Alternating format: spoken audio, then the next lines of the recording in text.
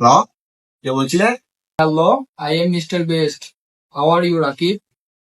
ওরে আল্লাহ রে আল্লাহ, আমার মতো সব লোকালে মিস্টার পেস কল দিছে। Hey, Rakib, any problem? No no no, I am fine, and you? Fine. আসলে আমরা চাইছিলাম যে পৃথিবীর সব দেশে বড় বড় ইউটিউবারদের সাথে আমরা কোলাপ করতে। তো তুমি তো বাংলাদেশের সেরা ইউটিউবে bathroom creator, I mean content creator. কাম সারছেন, এটা ওইখানে আমলো।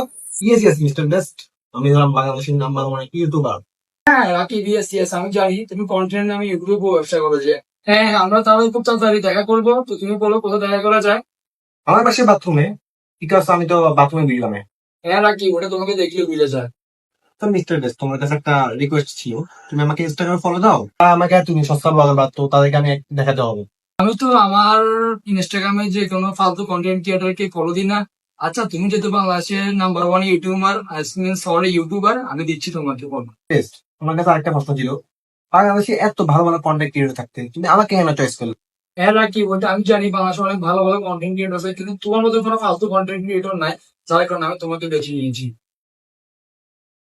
হ্যালো, আসসালামু আলাইকুম গাইস। পৃথিবীর নাম্বার ওয়ান ইউটিউবার, মানে যার অলমোস্ট 300 মিলিয়ন সাবস্ক্রাইবার, আমাদেরকে ইনস্টাগ্রামে ফলো দিয়েছে।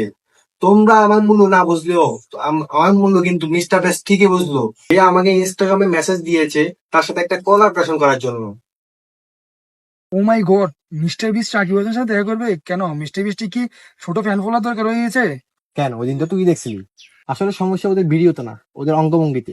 বাংলাদেশের নামে তুমি কন্টেন্ট ক্রিয়েটর তহিদুদ্দিন আফ্রিদি এবং আরস পাই রেখে রেখে মিস্টার বিস্ট চয়েস করে নিল বউ ব্যবসায়ী এবং বাথরুম কন্টেন্ট ক্রিয়েটরকে। This is peachy pen power.